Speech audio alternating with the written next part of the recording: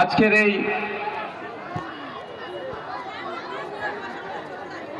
Indian secular ফ্রন্টের উদ্যোগে সহযোগিতায় কাশ্মীরের পেহেলগাঁওতে যে বর্বরচিত সন্ত্রাসবাদী হামলা হয়েছে তার প্রতিবাদে এবং আমাদের রাজ্যে 26,000 চাকরি বাতিল হয়েছে। এই বাতিলের মধ্যে অনেক বৈধ শিক্ষকও আছে যারা মেধার ভিত্তিতে চাকরি পেয়েছিল, কোনো টাকা পয়সা ঘুষ না দিয়ে যারা চাকরি পেয়েছিল। কিন্তু দুর্ভাগ্য আমাদের রাজ্য সরকার অর্থাৎ তৃণমূল কংগ্রেসের দুর্নীতির ফলে বৈধ শিক্ষকগুলোকেও আজকে রাস্তায় বসতে হচ্ছে এই দুর্নীতির প্রতিবাদে এবং ওয়াকফ সংশোধনী আইন 2025 বাতিলের দাবিতে আজকের এই প্রতিবাদ সভা। আমার পূর্বেকার বক্তারা বিভিন্ন বিষয় আপনাদেরকে জানিয়েছে। আমি গুটি কয়েক কথা বলবো, কারণ দীর্ঘক্ষণ ধরে আপনারা বক্তব্য শুনেছেন। আমি আর আপনাদের বক্তব্য বেশি দীর্ঘায়িত না করে আপনাদের এনার্জি আমি লস করব না। প্রথমে আসা যাক কাশ্মীরে পেহেলগাঁওতে বর্বরচিত সন্ত্রাসবাদী হামলা হয়েছে। আজকে বিধানসভায় এই বিষয়ের উপরে আলোচনা ছিল, রেজুলেশনও পাস হয়েছে, আমাদের সেনাদের বীরত্ব নিয়েও চর্চা হয়েছে।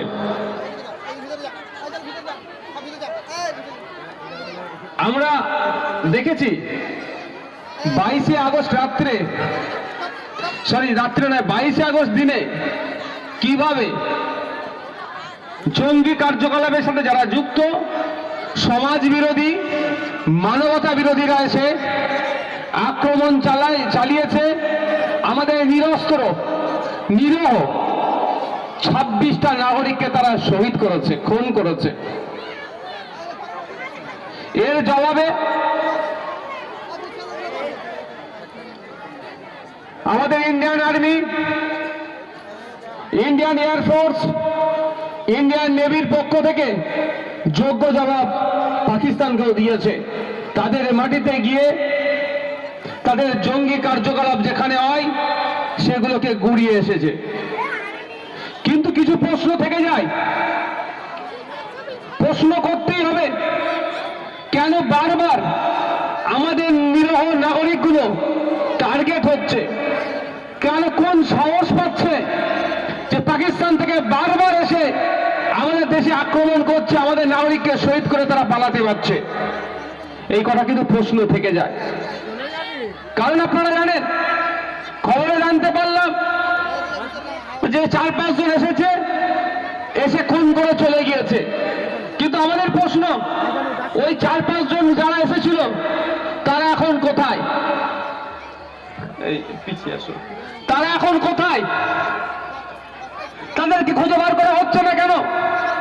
যারা এসে আমাদের নিরীহ নাগরিকদেরকে খুন করলো তারা যেখানেই থাকুক না কেন, সে পাকিস্তান, আফগানিস্তান, বাংলাদেশ, আমেরিকা, পৃথিবীর যে প্রান্তেই থাকুক না কেন, তাদেরকে খুঁজে বার করে ভারতবর্ষে নিয়ে এসে দেশের আইন অনুযায়ী তাদের বিচার করে ফাস্ট ট্র্যাক কোর্টের মাধ্যমে 6 মাসের মধ্যে বিচার করে তাদের ফাঁসির ব্যবস্থা করতে হবে। এই আওয়াজ আমরা তুলছি, আমরা যারা উপস্থিত হয়েছি। সত্যি দুর্ভাগ্য আমাদের, আমরা 13 দিন শুনেছিলাম শিখ হওয়ার জন্য তাকে খুন করেছে, দলিত হওয়ার জন্য তাকে পিটিয়ে হত্যা করেছে, মুসলিম হওয়ার জন্য পিটিয়ে হত্যা করেছে, আদিবাসী হওয়ার জন্য পিটিয়ে হত্যা করেছে বা খুন হতে হয়েছে। কিন্তু এতদিন আমরা শুনতাম না, শুনিনি যে হিন্দু বেছে বেছে খুন করেছে। সত্যি দুর্ভাগ্য, ওদের সাহস এত কে দিল যে ভারতবর্ষে এসে নাগরিকের ধর্মীয় পরিচয় জেনে আমার নাগরিককে খুন করছে? কিন্তু এই প্রশ্ন কাদেরকে করবো আমরা? দেশ পরিচালনার দায়িত্ব যাদের আছে, সেই মোদীজি, সেই অমিত শাহজি, সেই শুভেন্দু অধিকারীদেরকে প্রশ্ন করতে হবে যে ভারতবর্ষের স্বাধীন ভারতের 75 বছরের ইতিহাসে আমরা একবারও শুনিনি যে জঙ্গিরা এসে হিন্দু ধর্ম থেকে হত্যা করেছে। কিন্তু এই লাস্ট তোমাদের আমলে, মোদীজির আমলে জঙ্গিরা তো সাহস পাচ্ছে কোথায়? আমার এই প্রশ্ন করতে হবে, এদেরকে জিজ্ঞাসা করতে হবে। তোমরা 2014 সালের আগে বলেছিল হিন্দু খাত্রে মেয়ে বলে আমার হিন্দু ভাই তোমরা ভোট দিয়েছো, আর কাশ্মীরে গিয়ে আমার হিন্দু ভাইকে খুন হতে হচ্ছে তোমাদের আমলে। এই জবাবটা তোমাদেরকে আগে দিতে হবে, শুভেন্দু অধিকারীদেরকে আগে দিতে হবে। প্রশ্ন করবেন না? আচ্ছা, যারা এখানে উপস্থিত আছেন বলুন, আমার হিন্দু ভাইগুলোকে যারা খুন করলো তাদেরকে আমরা ছেড়ে দেবো? এই বলুন, ছেড়ে দেবো? আমার হিন্দু মায়ের কপাল থেকে যারা সিঁদুর মুছেছে তাদেরকে কি আমরা ছেড়ে দেবো? কোন বিরোধ জন্য ছাড়তে পারবো, তাদের বিরুদ্ধে আমরা লড়াই করব, সর্বোচ্চ লড়াই করব। তাদেরকে ফাঁসিতে যতক্ষণ না ঝোলাচ্ছে আমরা তাদের বিরুদ্ধে লড়াই করে যাব। কি ভাই, সহমত তো নাকি? এত সাহস পাচ্ছে কোথায়? যে কাশ্মীরে 5 মিটার 10 মিটার ছাড়া ছাড়া সেন্ট্রাল ফোর্স থাকে, সেখানে আসলো, তোমার ধর্ম কি জিজ্ঞাসা করে গুলি করলো, আবার কেটে পড়লো, এটা বিশ্বাস হবে ভাই? কিন্তু এটা ঘটনা ঘটেছে, এই ঘটনা ঘটেছে। ধর্ম দেখেই মারা হয়েছে, হিন্দু ধর্ম বেছে বেছে মারা হয়েছে, কিন্তু প্রশ্নের জবাবটা কে দেবে? মুর্শিদাবাদে যে ঘটনা ঘটলো, সাম্প্রদায়িক দাঙ্গা হলো, হিন্দু মুসলমান নির্বিশেষে খুন হলো, 13টি যুবক গুলিবিদ্ধ হয়েছে, অনেক বাড়ি ভাঙচুর হয়েছে, অনেক লুটপাট হয়েছে, গরিব হিন্দু মুসলমান আক্রান্ত হয়েছে। এর জবাব দিতে হবে কাকে? রাজ্য সরকারকে। কারণ রাজ্য সরকার এটাকে আটকাতে পারেনি বলে এই ঘটনা মুর্শিদাবাদে ঘটেছে। আর যে কাশ্মীর সেন্ট্রাল হোম মিনিস্ট্রির আন্ডারে থাকে, কাশ্মীরের নিজস্ব পুলিশের কোনো ক্ষমতা নয়, টোটালটাই কন্ট্রোল করেন অমিত শাহজি, তার হাতে থাকার পরে যে কাশ্মীরে ভারতবর্ষ নয় সারা পৃথিবীতে সব থেকে বেশি যদি সেনা কোনো জায়গায় থাকে সেটা হচ্ছে কাশ্মীর। 5 মিটার 10 মিটার ছাড়া ছাড়া ফোর্স থাকে, সেখানে কিভাবে বড় বন্দুক নিয়ে এসে মানুষকে গুলি করলো, ধর্ম দেখে চলে গেল? এর ব্যর্থতা কার? এটা কেন্দ্র সরকারকে ব্যর্থতা দায়ী নিতে হবে। শুধু দেওয়া নয়, গাদ্দার গুলোকে খুঁজে বার করতে হবে যে পাকিস্তান বর্ডার দিয়ে এই প্রায় 300 কিলোমিটার ওদেরকে আসতে সহযোগিতা করলো কোন গাদ্দার? সেই গাদ্দার গুলোকে খুঁজে বার করতে হবে, তাদেরকেও ফাঁসিতে চড়াতে হবে। এই আওয়াজ চলতে হবে যে নিরীহ নাগরিকের উপর যারা খুন করেছে তাদেরকে যেমন ফাঁসিতে চড়াতে হবে, আর যাদের সহযোগিতাতে তারা কাশ্মীরের পেহেলগাঁওতে এসে পৌঁছলো পাকিস্তান থেকে, সেই গাদ্দার গুলো তো ফাঁসিতে চড়াতে হবে। সহমত তো নাকি ভাই? যারা সহমতের হাত তুলুন তো, যারা সহমতের হাত তুলুন, ওদের একটাও ছাড় না পায়। কিন্তু প্রশ্ন এটাই, কে বিচার করবে? যখনই আপনি কথা বলতে যাবেন তখনই ওদের দেখবেন আর খুঁজে পাওয়া যাবে না। এদিকে বলছে শুভেন্দু বাবু হিন্দু হিন্দু ভাই ভাই, ভালো কথা, আমি খারাপ বলবো না, কিন্তু আমার প্রশ্ন, আমি আস্তে আস্তে দেখছিলাম আমার অনেক হিন্দু মুসলমান মা বাপের দাঁড়িয়েছিল রাস্তায়, আমাকে এখানে অনেকে ফুল দিয়ে অভ্যর্থনা জানিয়েছে, আমার হিন্দু মুসলিম মা নির্বিশেষে, তাই তো? এটা আমাদের আমাদের ঐতিহ্য, আমাদের বাংলা সম্প্রীতি, দেশের বিউটি এটা। কিন্তু প্রশ্ন আমার এখানে, হিন্দু হিন্দু ভাই ভাই বলছে, এখানে যারা আছে তাদের মধ্যে হেভি অংশের মানুষ 100 দিনের কাজ করে তাদের সংসার চলতো তো ভাই, এখন 100 দিনের কাজের বন্ধ, তাহলে সংসারে তাদের অনটন হচ্ছে কি হচ্ছে না? উনি বলছেন হিন্দু হিন্দু ভাই ভাই, কিন্তু আমাদের এই গ্রামের আমার হিন্দু ভাইটার 100 দিনের কাজ কেন বন্ধ? মুসলমানদেরটা ছেড়ে দাও। প্রশ্ন করতে হবে না ভাই? 100 দিনের কাজের দুর্নীতি কে করেছে? তৃণমূল কংগ্রেস করেছে। 100 দিনের কাজের দুর্নীতি কে করেছে? মমতা ব্যানার্জি দলের লোকেরা করেছে। 100 দিনের কাজের দুর্নীতি কে করেছে? এখানকার এমপি কে? বাপি হালদারের দলের লোকেরা করেছে। আমি ক্যামেরায় বলে যাচ্ছি, তাহলে বাপি হালদারকে বলে আমার বিরুদ্ধে মামলা করতে। সাহেবকে বলবেন, নওশাদ ভাই বলে গেছে। 100 দিনের কাজের দুর্নীতি কে করেছে? এই বাপি হালদারদের সাহেবদের আশেপাশে উঠে বসা লোকেরা। আর এর ভোগটা কাকে নিতে হচ্ছে? এর কষ্ট কাকে পালন করতে হচ্ছে? আপনার পাড়ার গরিব হিন্দু গরিব মুসলমান বাপ ভাইটাকে। আর শুভেন্দু অধিকারী ডায়লগ দিচ্ছে হিন্দু হিন্দু ভাই ভাই। আমার প্রশ্ন এখানে, 100 দিনের কাজের যারা কাজ করে, 100 জন যদি কাজ করে, তার মধ্যে 70 জন গরিব হিন্দু মানুষ আর 30 জন গরিব মুসলমান, তাহলে ক্ষতি কাদের বেশি হচ্ছে? এই ফোন এসছে দেখো, ক্ষতি কাদের বেশি হচ্ছে? গরিব হিন্দুদের বেশি হচ্ছে না? 70 জন তারা ক্ষতিগ্রস্ত হচ্ছে। 100 দিনের কাজের যারা দুর্নীতি করলো, ঘাটটা ধরে তাদের তো তিহার জেলে রাখা দরকার ছিল। শুভেন্দু বাবুদের দরকার ছিল এই বাপি হালদার সাহেবদের আশেপাশে থেকে যারা 100 দিনের কাজের দুর্নীতি করেছে, ঘাড় ধরে তিহার জেলের ভাত খাওয়ানো। আর গরিব মানুষদের জন্য এই পাচারপাতিমা, এই কাকদ্বীপ, এই ঢোলারহাট, এই দক্ষিণ 24 পরগনার গরিব মানুষরা যারা 100 দিনের কাজ করে তাদের সংসার চালাতো, তাদের নতুন করে কাজ দেয়া, সেটা করেছে শুভেন্দু বাবুরা? সেটা করেনি। তাহলে ওরা হিন্দু হিন্দু ভাই ভাই করলো, আমার পাড়ার গরিব হিন্দু ভাইটার জন্য ওরা ভাবে না। ওরা কার জন্য ভাবে একটু শুনবেন আপনারা, এই শুনবেন তো নাকি ভাই? ওরা ভাবে বড়লোক হিন্দুটার জন্য, আদানি আম্বানি বড়লোক তাদের জন্য ভাবে। আপনার আমার পাড়ার গরিবের জন্য ভাবে না।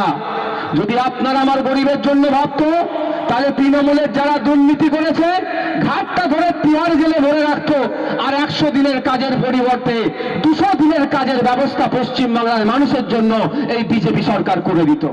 সেটা কিন্তু করেনি। আমি আপনাদের বলবো, এরা শুধুমাত্র ভোটের জন্য হিন্দু হিন্দু ভাই ভাই করছে।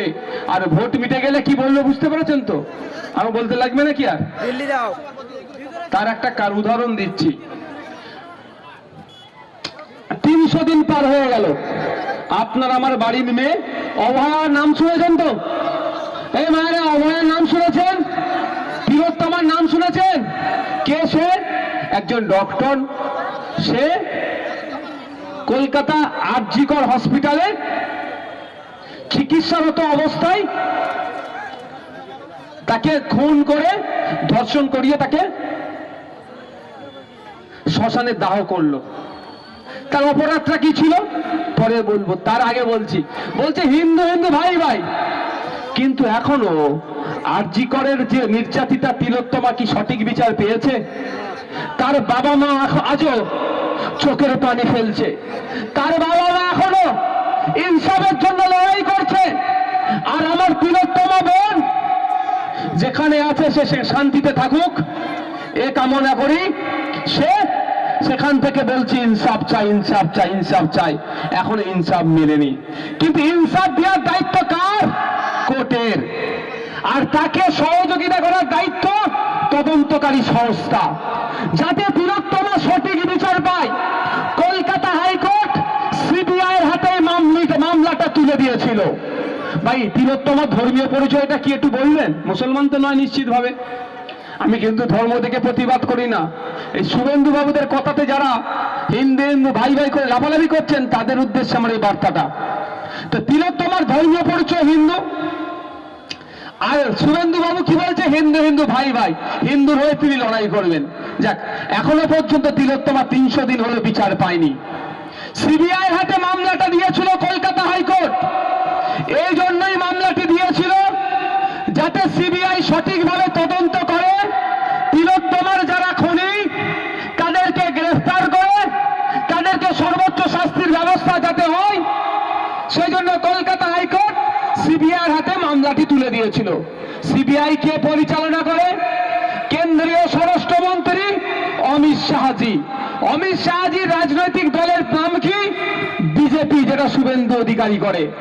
তাহলে প্রশ্ন এখানে, সিবিআই হাতে মামলা তুলে দেওয়ার পরে কেন তিলোত্তমা বিচার পেল না? কলকাতার শিয়ালদা কোর্টের জাজের যে রিপোর্ট, সেই রিপোর্টে পুরো সম্পূর্ণ উল্লেখ আছে। কলকাতা পুলিশ যে তদন্ত করেছে, সিবিআই কেসটা দায়িত্ব নেওয়ার পরে একটু আগে পরে করে ওই তদন্তটাই ছাপিয়ে দিয়ে দিয়েছে। তাহলে নতুন করে তদন্ত করেনি। সিবিআই বলছে যেদিন রাত্রে ওই তিলোত্তমা মারা গিয়েছে বা খুন করেছিল, ওই দিন রাত্রে ওই করিডোরে প্রায় 54 থেকে 55 জন যাতায়াত করেছে। সিবিআই একজনকেও চিনতে পারেনি। হতে পারে দিল্লি থেকে এসেছে, চিনতে পারেনি। কিন্তু চিনতে পারেনি বলে কি তদন্ত শেষ হয়ে যাবে? হয় এটা কি চিনতে পারার নতুন কৌশল আছে, দ্বিতীয় পন্থা আছে? চিনার তো অন্য রাস্তা আছে। যে 54-55 জন ওই করিডোর দিয়ে যাতায়াত করেছিল তাদের ছবিগুলো সিবিআই এর ওয়েবসাইটে যদি আপলোড করে দিত, কি বলছি বুঝতে পেরেছেন? ফেসবুকে যদি দিয়ে দিত, টুইটারে যদি দিয়ে দিত, ইনস্টাগ্রামে যদি দিয়ে দিত, আরো যে সমস্ত সোশ্যাল সাইট আছে, ইউটিউব আছে, ইউটিউবার অনেক আছে, বা মেইন স্ট্রিম মিডিয়াতে যদি পাবলিশ করে দিত, দিয়ে সিবিআই কি বলতো, এই 54-55 জনকে আমরা চিনতে পারছি না, এদের কেউ যদি অ্যাড্রেস, নাম, ঠিকানা জানতে পারেন আপনারা, আমাদের এই নাম্বারে আপনারা যোগাযোগ করবেন। তাহলে ওই 54-55 জন ধরা পড়তো কি পড়তো না ভাই? এটা বলুন, সেটা কি করেছে? সেটা করলে তো তিলোত্তমা বিচার পেয়ে যেত। আর ওই 54-55 জনের মধ্যে ঠিক যখন চাকরি বাতিল হয়ে গেছিল, বাপি হালদারের ঘরের লোক বাতিল হয়েছিল, জানেন তো নাকি? হ্যাঁ, মনে আছে? বাপি বাবু ঘরের লোকের চাকরি বাতিল হয়েছে, জানেন তো নাকি আপনারা? ঠিক একই ভাবে ওই 54-55 জন যদি কে ছিল ওই রাত্রে যে ধরা পড়তে, তাহলে দেখবেন ওই ধরনের বাপি বাবুর কাছের লোক ওই দিন রাত্রে ওই মহিলাটাকে খুন করতে গিয়েছিল, ধরা পড়ে যেত। বুঝতে পেরেছেন? তাহলে এইটা ধরা পড়লে বিজেপির লাভ না লস? আপাতত দৃষ্টিতে আমরা কি বলবো, তৃণমূলের যত লোক ধরা পড়বে বিজেপির তত লাভ। কিন্তু বিজেপির দলের নেতা, কেন্দ্রীয় মন্ত্রীর আন্ডারে থাকা সিবিআই ওই তৃণমূলে ওদেরকে ধরছে না কেন? এইখানেই তো বোঝার ব্যাপার আছে। পাড়ায় পাড়ায় হিন্দু হিন্দু ভাই ভাই করছে, আর পেট্রোল পাম্পের সামনে কিন্তু লিখে দিচ্ছে না যে হিন্দু ছাড়া পেট্রোল বিক্রি নাই। পেট্রোল পাম্প আছে না, শুনেছি ওখানে সবাই কেন, কোনো সমস্যা নেই।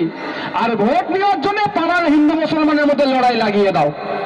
আমার এটা বলার কারণ এটাই যে সিবিআই যদি চায় তৃণমূলের নেতার ছেলে পুলেরা তো জড়িয়ে আছে, 54-55 জনকে খুঁজে বার করে তদন্ত করে ওই বেটাগুলোকে শাস্তির ব্যবস্থা করতে, তাহলে তৃণমূলের অনেক নেতা ফাঁসবে। সেটা করছে না কার? শুভেন্দু অধিকারীদের নেতার আন্ডারে থাকা সিবিআই।